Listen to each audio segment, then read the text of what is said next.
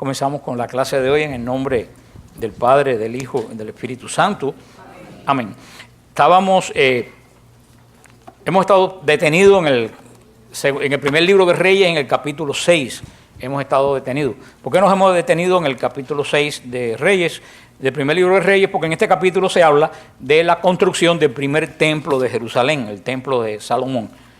Llevamos un mes y tanto en esta explicándonos. Estuvimos porque recuerda que dijimos que el templo es prefigura de Jesucristo. Por eso lo primero que hicimos fue estudiar el templo, leímos el capítulo, estudiamos cómo se construyó el templo, estudiamos la estructura del templo, cómo estaba decorado el templo. Después le pusimos un video para que vieran visualmente el templo, los ornamentos del templo, los utensilios del templo. En el website de nosotros está la clase, están los videos, pues se pueden ver. La semana pasada hablamos de las fiestas de Israel, las fiestas que se celebraban en el templo. Hoy vamos a hablar de la liturgia del templo, de los sacrificios del templo. El encuentro de Dios con Israel desde el principio, que comenzó el pacto de Dios en el monte Sinai, no se podía efectuar en cualquier lugar. El Señor dejó bien claro que solamente podía haber un encuentro con Él en un lugar sagrado. O sea, que sea un lugar separado para Dios, aparte del lugares profanos. Y era donde solamente se llevaba el culto de adoración de toda la congregación de la casa de Israel. El centro de la liturgia, porque Israel tenía una liturgia, la liturgia principal del templo estaba basada, ¿se recuerdan en qué? En los sacrificios. Era el centro de la liturgia de Israel. Para entrar en este sacrificio ritual había para todos tipos. Vamos a ver hoy los diferentes tipos de sacrificios que habían, pero para entrar en el lugar sagrado, para entrar en el lugar santo, el sacerdote tenía que realizar una cantidad de ritos sagrados. ¿Estos ritos sagrados para qué eran? Estos ritos sagrados que realizamos los sacerdotes los distinguía de la actividad profana. O sea, los sacerdotes hacían una serie de rituales, ¿para qué? Para distinguir de las actividades profanas. Porque el sacerdote, dijimos la semana pasada, era una persona apartada, escogida para Dios. Así como Dios quería que el culto se diera en un lugar donde apartado, un lugar sagrado, eso quiere decir sagrado, un lugar fuera de las cosas profanas. El Señor quería también que dos sacerdotes tuvieran conciencia de que ellos estaban realizando una acción sagrada, y por lo tanto había una serie de ritos que al hacer esos ritos hacía que la persona supiera que se estaba diferenciando de las cosas que hacía todo el día. Esto es lo que hemos hablado cantidad de veces, lo hemos hablado en el grupo, que la iglesia, en vez de quitar los signos, ¿qué tenía que haber hecho? Explicarlo. Por eso hemos quitado los signos, y al quitar todos los signos de la iglesia, ¿qué ha entrado en la iglesia? La desacralización. Al no haber signo, la iglesia termina siendo como un lugar cualquiera. Y de ahí viene la conducta de los fieles y todos los desastres que hemos estado hablando continuamente. El Señor desde el principio, el Señor sabía que somos pueblo de Dios y que somos personas visuales. Dios no dio un culto abstracto, un Dios que no se ve. Desde el principio el Señor llenó Israel ¿de qué? Signo, sacrificio. ¿A Dios le hacía falta los sacrificios? En absoluto, si Él lo dice, los sacrificios ustedes me hartan. Los sacrificios no eran para Dios. ¿Para quién eran los sacrificios? Para nosotros, para que supiéramos que estábamos entrando en una comunión con Él. Por eso todo Israel, hubo templo, hubo tantos objetos sagrados. Y por eso los sacerdotes tenían que llevar ritos para que ellos se dieran cuenta que lo que iban a realizar era diferente a las actividades que ellos realizaban todos los días. Entre los ritos, el más significativo en el templo era el sacrificio. ¿Qué cosa es el sacrificio? Eso es lo más interesante, porque el sacrificio es matar a un animal. No, el sacrificio consiste en hacer pasar una víctima, algo que se ofrece del mundo profano al mundo divino. Eso era un sacrificio. No era asunto de matar un animal, porque matar un animal no tiene sentido. Era hacer pasar algo del mundo normal, del mundo profano al mundo divino. Eso es lo que era el sacrificio. Por eso que el sacrificio la víctima es lo que se ofrece. La víctima que se ofrecía se mataba, no por el hecho de cruel de matar a un animal, sino que ese animal, una oveja, hasta ese momento, ¿por quiénes eran utilizadas las ovejas? Por los seres humanos. Por los seres humanos. Se la comían, la lana, se hacían ropa, todo eso era un uso humano. Cuando se mataba el animal, ¿a quién se lo ofrecía? A Dios. Pasaba de ser de uso humano a uso divino. Ese es el objetivo del sacrificio, si no el sacrificio no tiene ningún objetivo. Por eso cuando uno hace sacrificio en su vida personal es eso, pasar tu vida del mundo profano al mundo divino. Si tú dejas de comer, por ejemplo, para decir, Señor, este tiempo de ayuno te lo voy a ofrecer, pero no como dieta, sino para yo pasar del mundo de todos los días al mundo divino. Es un signo físico que te hace sentir que estás en algo diferente. Eso es lo que era sacrificar. ¿Qué quería sacrificar? ¿Qué quería decir sacrificar? Sacrificar quería decir hacer algo sagrado. Cuando había un sacrificio, eso que se ofrecía, al sacrificarse, ¿en qué se convertía? En algo sagrado. Algo que ya no era de nosotros, algo que era específico de Dios. El sacrificio era necesario, porque el sacerdote no estaba en condiciones de él mismo, por sí mismo, pasar del mundo profano al mundo divino. Y menos en la época de Israel, donde todo el mundo estaba ¿en qué? En pecado, porque el pecado no había sido redimido, no estaba en gracia. A pesar de toda la ceremonia de su consagración, que nos muestra el Éxodo, hablamos la semana pasada, el sacerdote sigue siendo un hombre del mundo, un hombre terreno. Por eso el ritual le prescribía elegir a otro ser viviente. En este caso, ¿qué? Un animal. Un animal que no tuviera, ¿qué cosa? Defecto. Si el animal no tenía defecto, entonces iba a ser agradable a Dios y ofrecerla. ¿Por qué? Porque el sacerdote no se podía ofrecer a sí mismo sacrificio. ¿Por qué no se podía ofrecer a sí mismo sacrificio? Porque estaba en pecado y no había redención. Por eso el animal sustituía. Por eso tenemos Cristo no necesitó, lo dice la carta a los Hebreos, Cristo no necesitó de eso. Cristo se pudo ofrecer él mismo como sacrificio, porque no tenía defecto y era totalmente agradable a Dios. Por eso Cristo es la plenitud del sacrificio. Pero en este momento es un animal que prefigura ¿a quién? A Cristo. Por eso el animal no podía tener defecto. Y en este caso se ofrecía en el altar, se inmolaba, se consumía por el fuego, y esta víctima consumida por el fuego, simbólicamente, acuérdate que en Israel todo era simbólico, ¿qué hacía? Ascendía al cielo. Cuando se quemaba el holocausto, el humo, la ceniza en que se convertía el animal, ¿qué hacía? Subía. Entonces eso quería decir simbólicamente que esta ofrenda sagrada había entrado ¿dónde? Al cielo. Se había convertido en algo agradable a Dios. Por eso la prefigura de Cristo. Por eso Cristo cuando muere, ¿qué es lo próximo que hace? Subir al cielo. Porque eso es lo sagrado, hacerse uno con Dios. La víctima era sustraída totalmente de la existencia terrena para ser llevada junto a Dios a través del fuego. ¿Por qué? ¿Por qué cosa también por el fuego? Porque el fuego purifica. O sea, ¿qué es lo que hacía la víctima? Pasar de la parte terrenal a la parte celestial. El fuego. ¿Y por qué el fuego? ¿Y qué les recuerda esto? No, el purgatorio. Nosotros pasamos de esta vida al cielo a través de este fuego que dice el Señor, como un proceso de ¿qué? De purificación. Así pues el culto del antiguo Israel presentaba un esquema de consagración total. Eso es hacerse sagrado. Consagrar es hacerse sagrado por medio de separaciones rituales. Es lo que Israel, porque habían separaciones rituales porque había tantas separaciones rituales para que todo el mundo supiera que ellos eran diferentes al mundo, que estaban constituidos para Dios. Podemos dividir, en este estudio que yo estaba haciendo, podemos dividir en conjunto la actividad sacerdotal en tres fases.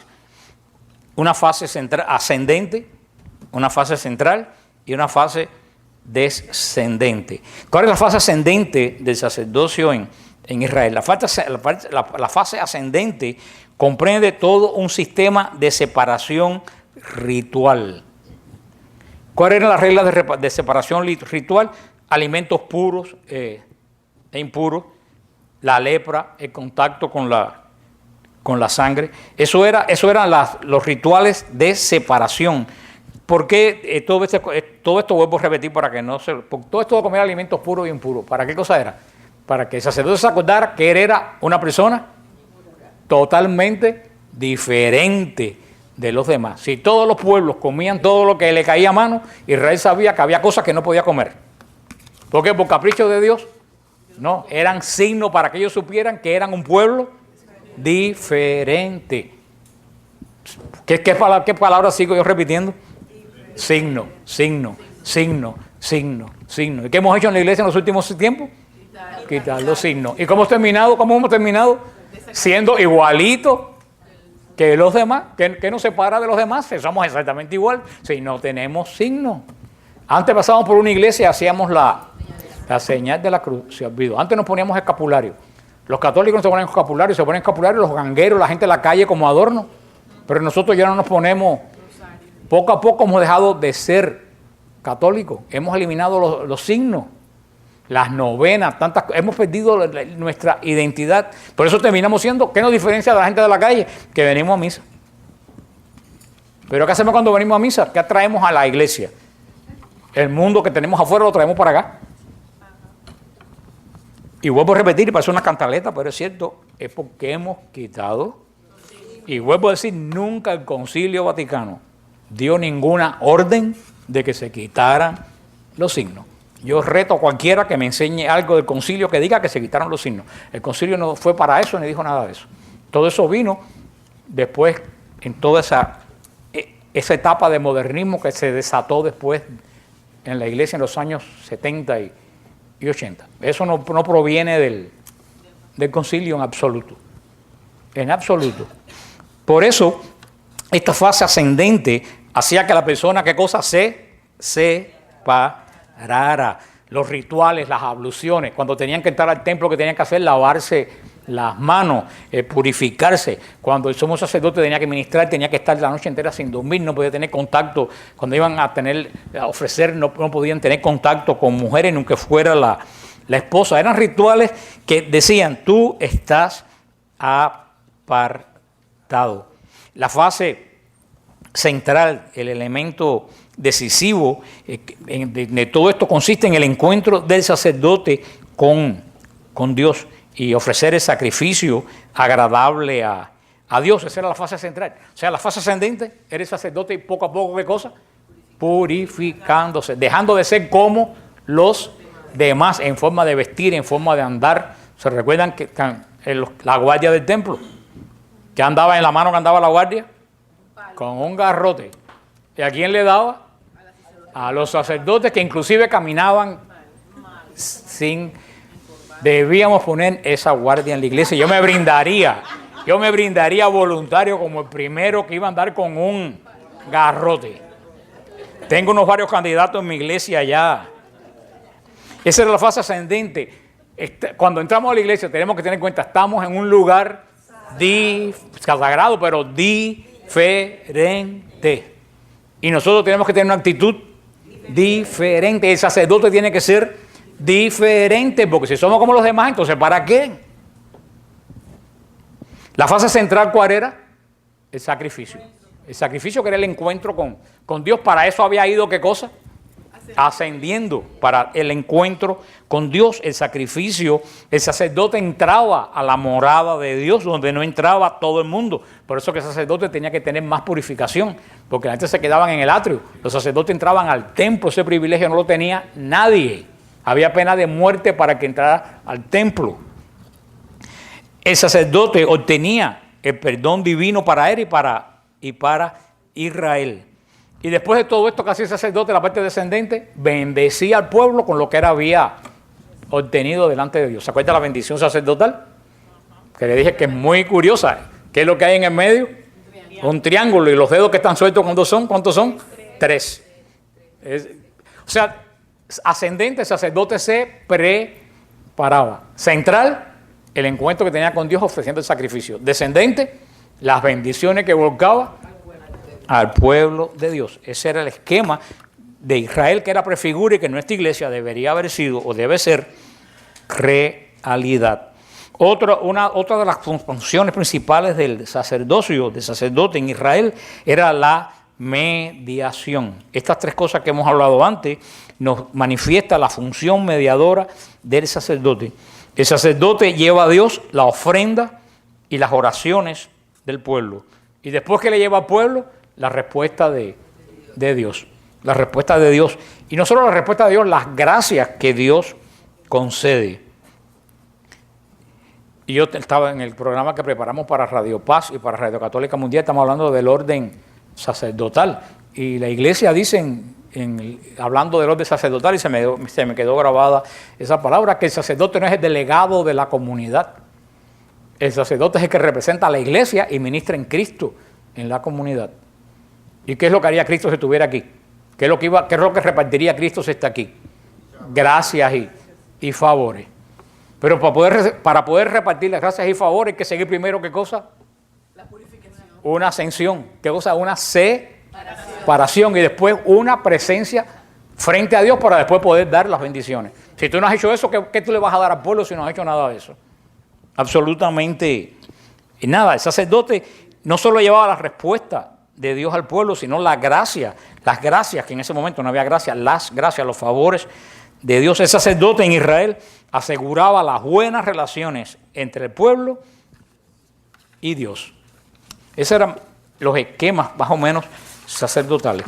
Dijimos que básicamente la liturgia del templo se limitaba a los sacrificios. Todo daba vuelta alrededor de los sacrificios. Por eso toda la liturgia de la iglesia gira alrededor de la Eucaristía. ¿Y qué cosa es la Eucaristía? Un sacrificio.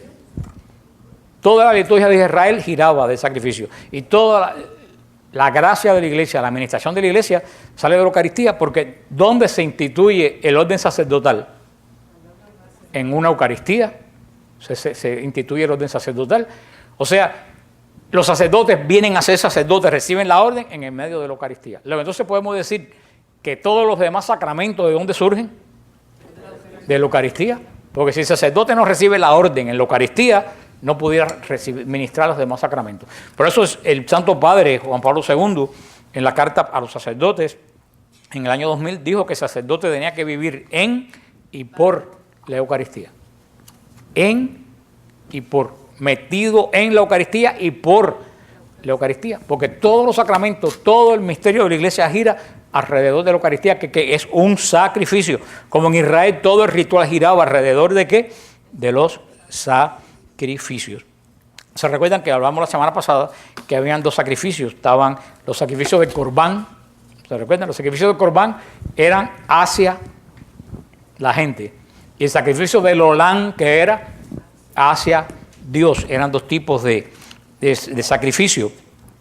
Pero el culto mosaico daba dos tipos independientes de sacrificio. Uno que se hacía dentro del templo y uno que se hacía fuera del templo. Y esto es muy importante. ¿Cuáles eran los sacrificios que se hacían dentro del templo? Los sacrificios que se hacían dentro del templo eran sacrificios incruentos. ¿Qué quiere decir incruentos? Que no tenían derramamiento de sangre. El primer sacrificio que se hacía dentro del templo era la ofrenda de pan y vino en las mesas de la preposición. ¿Se recuerda la mesa de la preposición? La mesa donde todos los sábados se cambiaban los 12 panes y también había vino. Eso era un sacrificio, porque esa era una ofrenda que hacía el sacerdote. Yo sé que era el primer sacrificio principal. De adentro del templo era el sacrificio de pan y de vino en los panes de la preposición. El segundo sacrificio dentro del templo era el ofrecimiento del incienso. Porque recuerdan que el altar de los inciensos estaba dentro del templo. ¿Y cuál era el tercer sacrificio que se ofrecía adentro? El aceite con que se alumbraba la menora, la lámpara de los siete brazos. Así que esos eran los tres tipos de sacrificios incruentos dentro del santuario. ofrenda del pan y del vino en la mesa de la preposición, la ofrenda del incienso y la ofrenda de la luz en las lámparas. A nosotros nos cuesta trabajo entender que esto sea un sacrificio, pero podemos decir sacrificio era ofrecer algo que se convertía en sagrado. ¿Qué pasaba con el incienso que se ofrecía? Se iba al cielo. Con el aceite que se quemaba, con el pan que después se comía por los sacerdotes cuando los 10 días. Eso eran sacrificios, eran ofrendas que se convertían en algo sagrado. Estos eran los sacrificios que solamente lo ofrecían los sacerdotes. Por eso eran dentro de la puerta del templo. ¿Se acuerdan?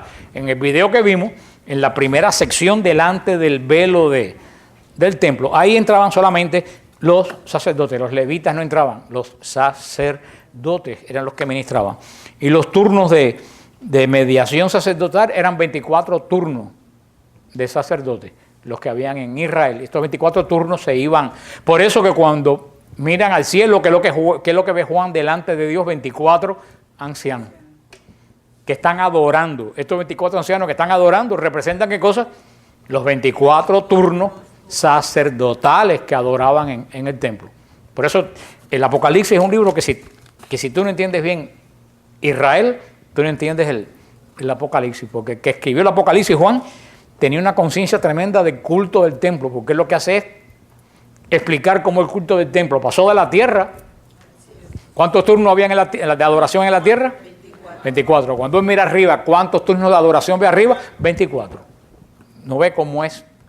El arca estaba en el templo. Cuando Juan mira el cielo, ¿qué cosa es lo que ve? El arca, ¿dónde estaba en el cielo? Los 7 candelabros estaban en el templo. Cuando Juan mira arriba, ¿qué es lo que ve arriba? Las 7 lámparas delante de Dios. Por eso, esto era, y es importante, porque esto va a tener una tremenda incidencia en la iglesia también, pero vamos a ver, para después poder entender esto, vamos a ver los sacrificios en el patio exterior. Los sacrificios fuera del santuario eran cruentos. Conllevaban derramamiento de sangre. La ofrenda se llamaba menjak. Menjak se llamaba la ofrenda diaria del sumo sacerdote. La ofrenda diaria que ofrecía el sumo sacerdote, como todas las ofrendas, las menjak sacerdotales, eran totalmente consumidas como holocausto. ¿Qué cosa era el holocausto? El holocausto era cuando toda la víctima se quemaba. Nada era para los hombres, todo era para Dios. Eso era el holocausto, todo se quemaba. Porque vamos a ver que había ofrendas que parte iba para Dios y parte las recibía el sacerdote. Porque acuérdate que los sacerdotes vivían de la ofrenda. También increíble, estos eran los principales sacrificios. Vamos a ver después los diferentes tipos de sacrificios cruentos. Pero afuera también se ofrecían 2 sacrificios que eran incruentos.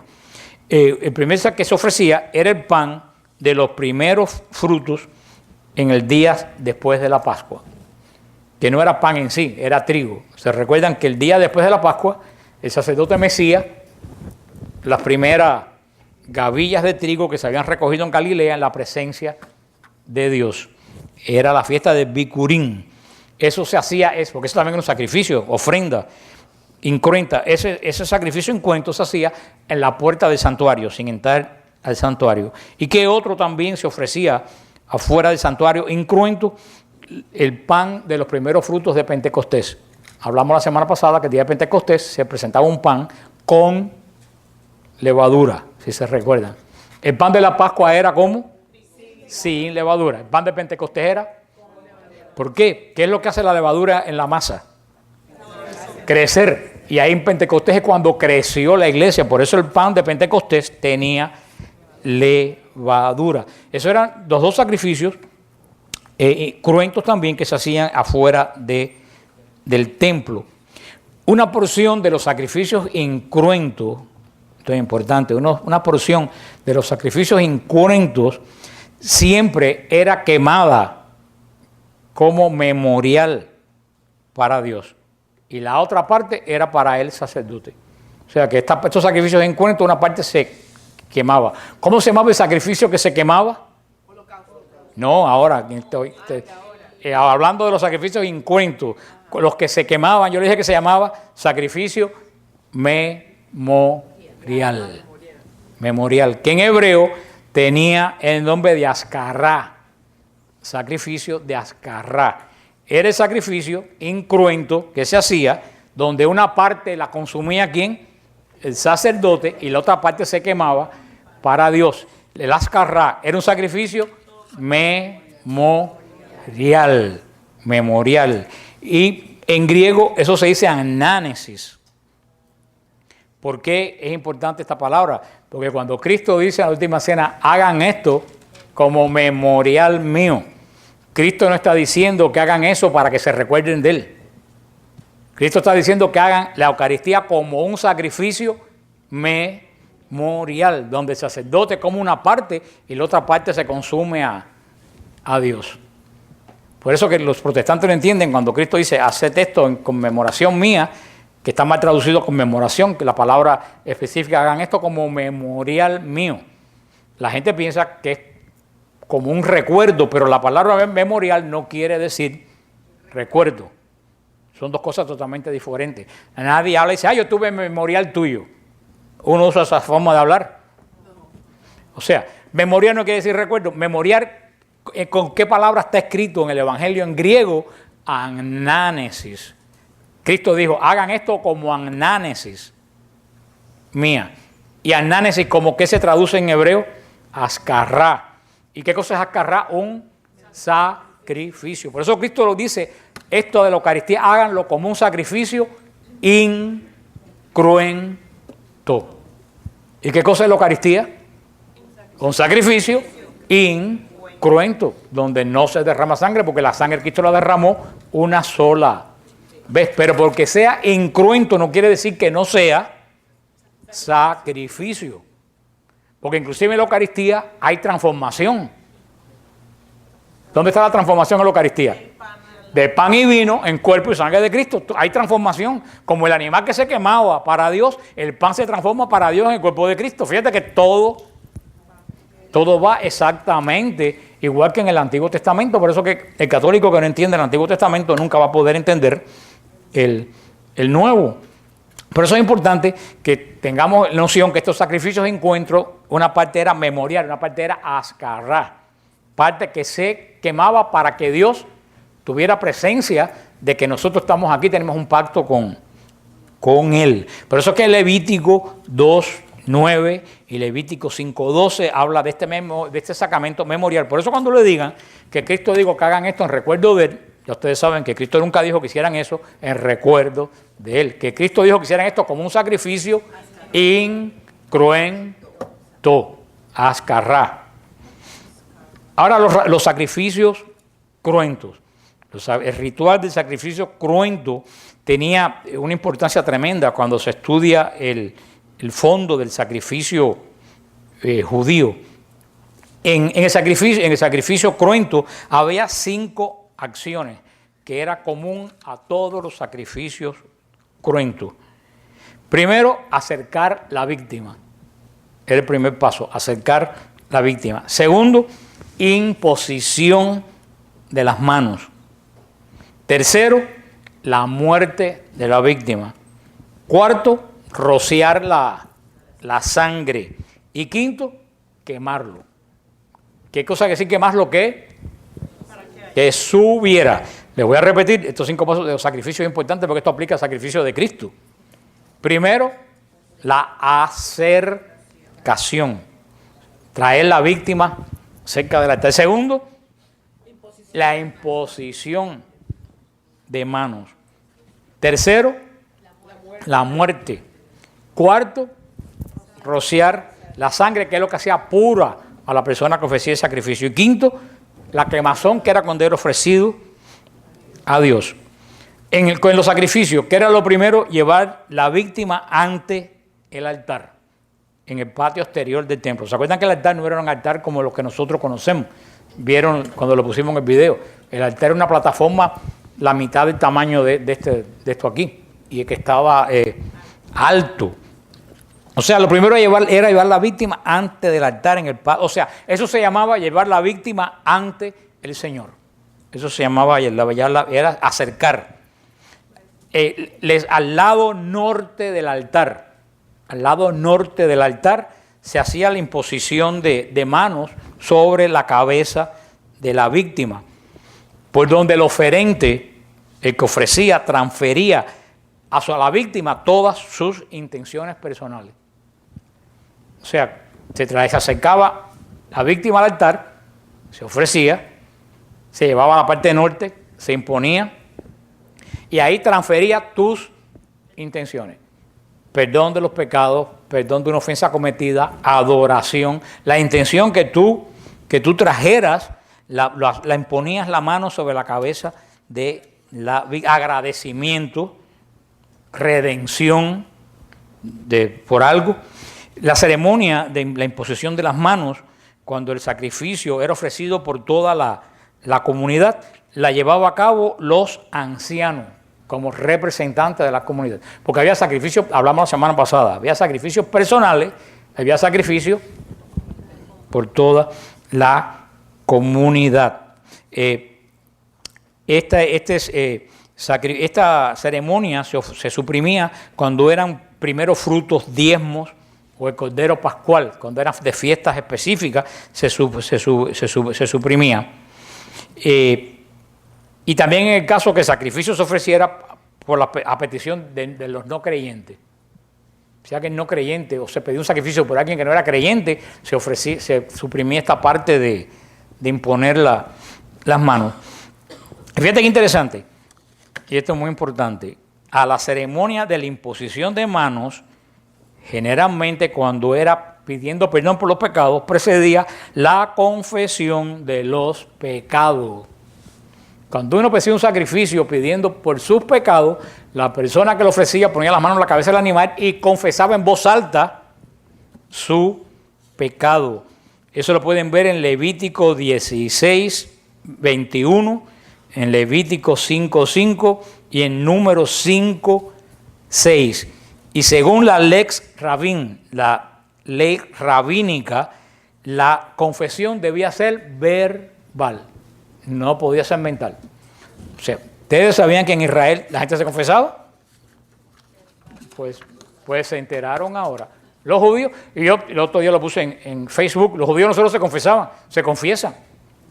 El día de Yom Kippur, en la sinagoga, ellos están obligados a decir en voz alta sus pecados. Porque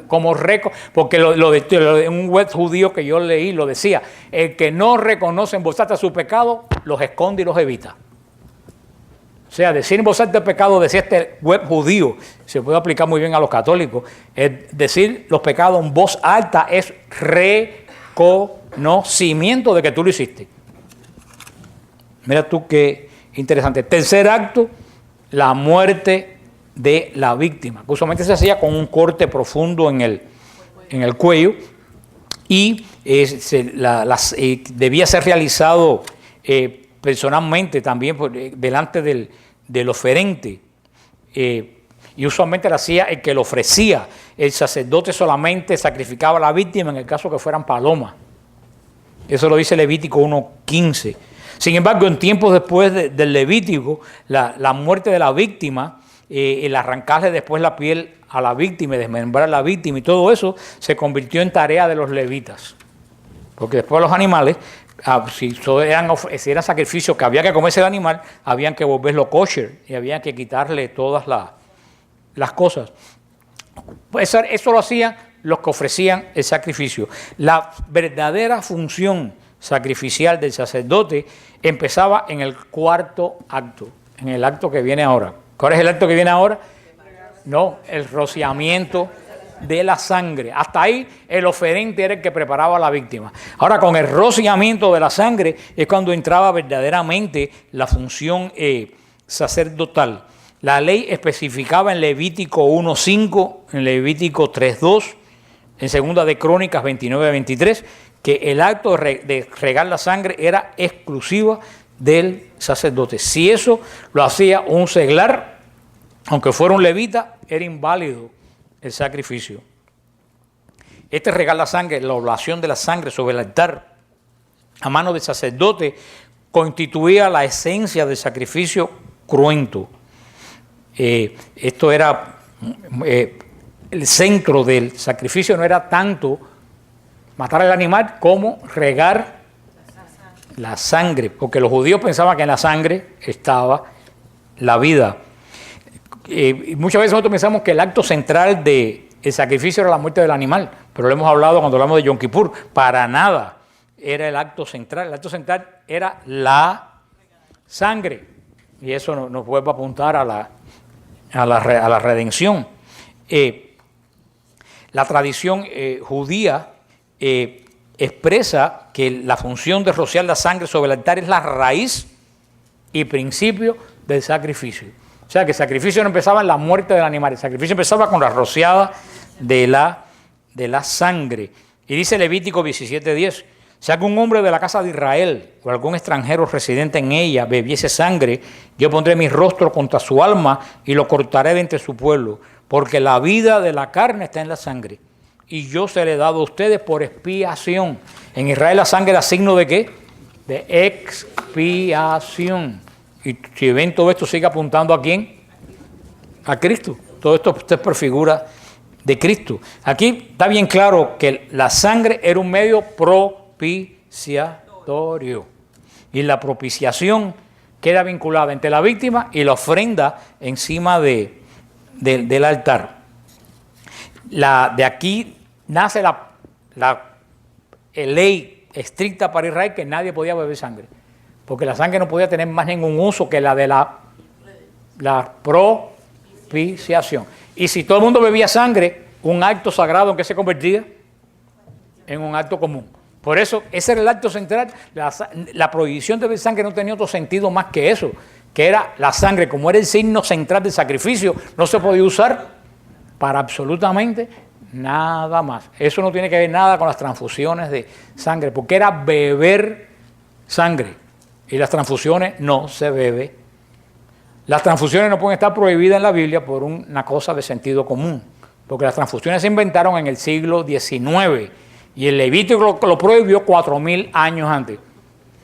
Tú no puedes prohibir algo 4.000 años antes de que aparezca. Entonces, y la prueba más grande que todos los testigos de Jehová deliran es que los judíos más ortodoxos de Israel, esos vestidos de negro, se ponen transfusiones de sangre. Los que no aprietan ni siquiera el botón en el Shabbat del ascensor, se ponen transfusiones de sangre. Si ellos se la ponen, que ellos entienden bien que lo que dice Levítico no tiene que ver nada con eso. Es sencillamente que la sangre era tan importante, por eso después de la expiación, ¿qué tomamos nosotros en la Eucaristía? La sangre de Cristo, porque ya no es un método de expiación, ahora es un método de comunión. Pasa de la expiación ¿a qué? A la comunión. La sangre obtenida por la muerte de la víctima tiene un poder expiatorio. Primero, ¿dónde? En el altar, donde la víctima, cargando con sus pecados, fue ofrecida. Y después en el contacto de la sangre con los oferentes.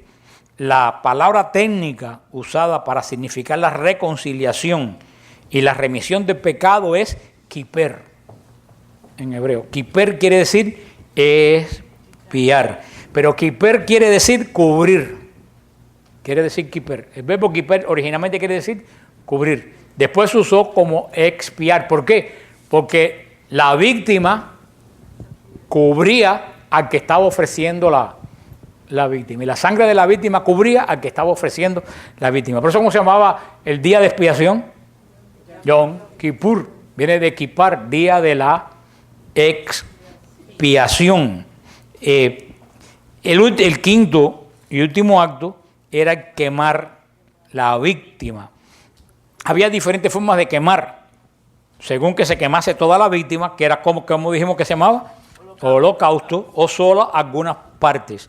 El Señor simbólicamente se ofrecía los sacrificios ofrecidos a Él a través del altar por medio del fuego, Ahora, los diferentes tipos de sacrificio cruento.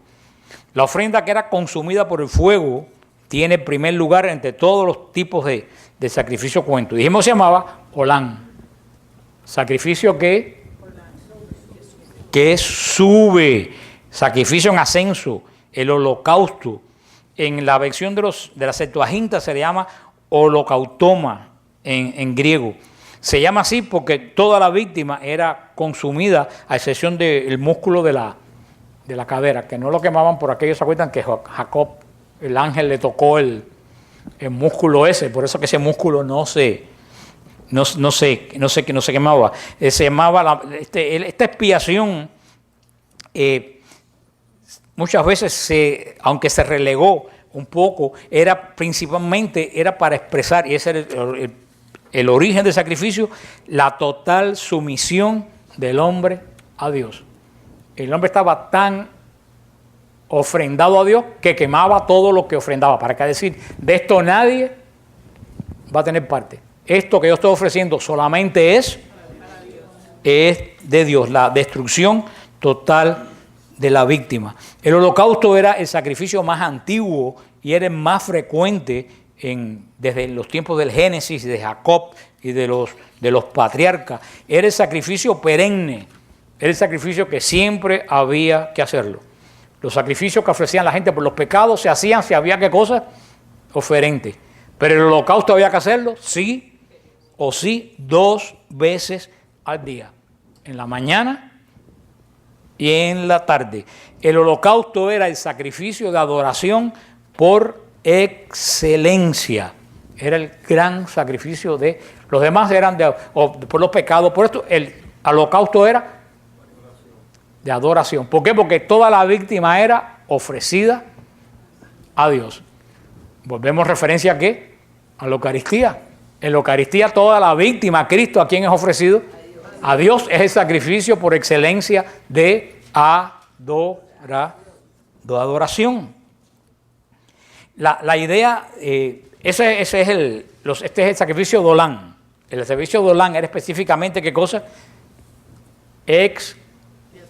O adoración. ¿Cuál de los dos era? ¿Expiatorio o adoración? Ajá. Veo algunos que no están muy seguros. Lo acabo de decir.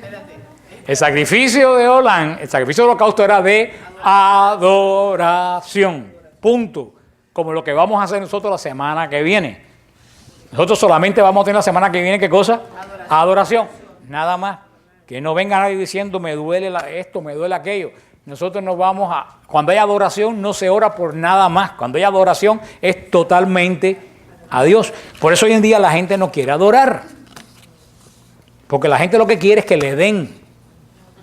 Y por eso tú pones adoración y la gente no viene. Y viene una persona que es sana o que supuestamente es sana y se llena de gente. Porque la gente no quiere adorar. La gente quiere que le den. Pero esa gente que no quieren a Dios, sino quiere que Dios le dé, son los que nos dejan de andar continuamente en misas de sanación. Porque no están buscando al que sana, están buscando lo que da el que sana. Y por eso siempre están enfermos. Y tú ves la misma gente siempre en las mismas cosas de sanación. ¿Tú quieres ser sano? Busca el que sana. Busca el que sana, que se te va a sanar.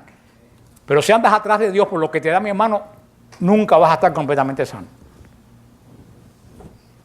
Pero definitivamente la gente le interesa desde la antigüedad, pero el sacrificio por excelencia era el sacrificio de adoración. Y recuérdense que sin adoración, sin sacrificio, no había adoración. Ahora el resto de los sacrificios eran sacrificios de expiación. Eso es lo que vamos a ver la próxima vez que nos reunamos. La idea expiatoria fue poderosamente expresada en los sacrificios expiatorios. O sea, la idea de expiación, que hay alguien que va a pagar por los pecados de otro, alguien que no tiene culpa y va a pagar por los pecados. Eso es la expiación. La idea expiatoria ha estado presente profundamente en Israel. Porque ¿qué cosa va a ser el sacrificio de Cristo? Expiatorio. Expiatorio. La ofrenda, el sacrificio expiatorio se va a dividir en 2 clases. La ofrecida por la ofrenda por el pecado, la ofrenda por el pecado y la ofrenda por la culpa. Habían 2 tipos de sacrificio expiatorio. Una era ofrenda por el pecado cometido y otra ofrenda por la culpa. ¿En qué se distingue? La primera estaba orientada al perdón de la persona y la segunda estaba orientada a la satisfacción de la ofensa cometida. El primer sacrificio por el pecado, eso se ofrecía la persona pidiendo perdón, la expiación por medio del animal. ¿Perdón para quién? Para él, para el que pecó. La segunda ofrenda por la culpa era para satisfacer el daño que le hice a otra persona. Que se lo tenemos en la confesión, cuando si tú no tienes en la confesión propósito de devolver el mal que hiciste y remediarlo, pues entonces no hay nada. O si te arrepentiste, claro, hay cosas que uno no puede remediar en la vida. Por ejemplo, tú matas a alguien, ya tú no puedes darle la vida por mucho que te arrepientas. Por eso, para las cosas que no se pueden remediar del daño que tú haces, está la purificación del purgatorio. El purgatorio no es ninguna segunda oportunidad para nadie. El purgatorio es que la ofrenda que tú no puedes remediar que tú hiciste, te vas a purificar de ese daño que hiciste allá. Pero todo el que comete un pecado que puede remediar, si no lo remedia, no debe tener solución. Y eso no se está hablando en la iglesia. Qué bueno es pecar, después confesarme y todo el daño que hice, ahí se quedó. Como los políticos se roban y después van a la cárcel y cuando salen de la cárcel tienen todo el dinero que se robaron. No, la justicia a veces, si tú te robaste, tienes que devolver centavo por centavo lo que tú te robaste y cumplir cárcel. Por eso acuérdense que eso va a haber la semana que viene. Y por eso Jesús hace un sacrificio expiatorio total, porque Jesús ofrece sacrificio por nuestros pecados y por la consecuencia de nuestros pecados, y por eso da la oportunidad esa en la confesión, porque también la confesión está, no solo la Eucaristía está ligada al sacrificio de Cristo, la confesión está ligada al sacrificio de Cristo, porque el perdón de los pecados se da en Israel a través de ¿qué? De un sacrificio, y la confesión de nosotros está ligada totalmente a la muerte de Cristo en la cruz. La confesión es un beneficio de la cruz de Cristo hacia nosotros. Vamos a ver los sacrificios de expiatorio después del día de adoración. Pero fíjate qué interesante. Los sacrificios cruentos se hacían fuera. ¿Dónde muere Cristo? Fuera de las murallas de Jerusalén. Porque en la Pascua Jerusalén completa se consideraba un templo. Porque en toda Jerusalén estaban todo el mundo comiendo el Cordero Pascual. Como toda Jerusalén se consideraba un templo, Jesús muere fuera, los sacrificios cruentos fuera de la muralla. Y ese sacrificio cruento de Cristo fuera de las murallas es lo que por medio del bautismo hace que nosotros seamos, en el bautismo, seamos consagrados, ¿qué cosa? Sacerdote. Por medio del bautismo. El bautismo es consecuencia de la cruz también. Por medio del bautismo somos consagrados sacerdotes, profetas y reyes. Pero que por medio del sacrificio cruento de Jesús seamos instituidos sacerdotes. Eso nos permite entrar ¿a dónde? A donde no puede entrar la gente, adentro del santuario, para ofrecer el sacrificio incruento. ¿Y cuál es nuestro sacrificio incruento? La Eucaristía. ¿Ustedes entienden? A lo mejor no entienden lo que estoy diciendo, se lo voy a repetir. El sacrificio incruento se hacía fuera del templo. Le hacían los levitas. Para entrar al templo tenías que ser, ¿qué cosa? Sacerdote. Para entrar al templo. Si tú no eras sacerdote, tú no podías entrar al templo. ¿Y qué se ofrecía dentro del templo? El sacrificio incruento. Y el sacrificio cruento era externo. Yo les dije, nosotros somos bautizados por los méritos de la cruz de Cristo. Si Cristo nos pone en la cruz, el bautismo no puede venir a nosotros, porque no hay perdón de los pecados. ¿Y qué se nos hace? ¿Qué se nos consagra en el bautismo a nosotros? Sacerdote. Por eso, si somos sacerdotes por el sacrificio cruento de Jesús fuera del templo, nosotros podemos entrar dentro del templo y ofrecer el sacrificio propio de los sacerdotes, que es sacrificio incruento. Por eso solamente los bautizados pueden participar en la Eucaristía. Ahora cualquiera entra a la iglesia. Antiguamente, hasta el Concilio Vaticano, una persona que no era bautizada no podía participar en la Eucaristía. Inclusive los catecúmenos, los que se estaban preparando para el bautismo adulto, cuando llegaba el credo tenían que salir de la iglesia. Tenían que salirse de la iglesia porque ellos no podían participar del sacrificio incruento hasta que no fueran bautizados y hubieran participado del sacrificio cruento de Cristo en la cruz. ¿Tú ves que todo eso son qué cosas? Símbolos. Estamos perdiendo la belleza de la iglesia porque estamos perdiendo los símbolos. Ahora, había mucha gente que no lo sabía, como las hay ahora. ¿Qué cambió el asunto? ¿La gente lo sabe ahora? No, vuelvo a decir, los símbolos no había que quitarlos. Los símbolos había que explicarlo. Es lo que había. ¿Cómo lo estamos haciendo? La semana que viene, se lo recuerdo, tenemos adoración y reparación. Hace mucha falta la reparación. No solo por la iglesia, por el mundo. A mí me acaba de escribir una muchacha de Noruega que estaba muy mal. Ella es católica, pero lo que pasó en Noruega fue horrible. Un cantante noruego que es homosexual grabó un video de sexo explícito, no tapado con una sábana. Sexo explícito delante del altar de una iglesia luterana. Pero lo peor no es eso. Lo peor es que la pastora de esa iglesia le dio permiso para grabar sexo delante del altar de su iglesia para demostrar que Dios ama a los homosexuales. Eso fue en la iglesia luterana.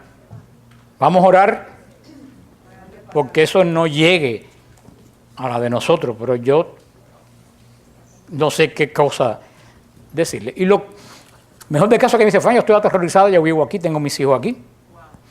Yo no sé qué va a pasar aquí porque todo el país está contentísimo con esto porque dice los beneficios monetarios que le va a traer esto al país cuando vea lo amplio de conciencia que somos nosotros. Y lo peor del caso es que esa pastora ni ha sido amonestada ni ha sido revocada de su parroquia.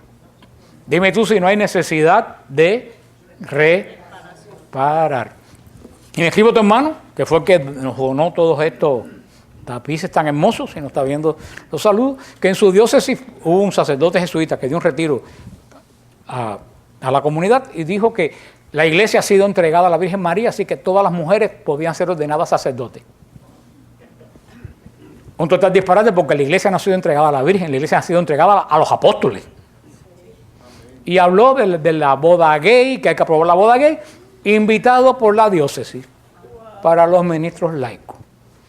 Mira tú si tenemos o no que reparar, porque si no se repara, lo que no se repara se hunde. Por eso le pido a ustedes que la semana que viene traten de ser puntuales y si pueden invitar a otras personas, invítenlo y los hermanos también se pueden unir a nosotros esta hora de adoración y reparación. Comenzamos 8:15 en punto a 9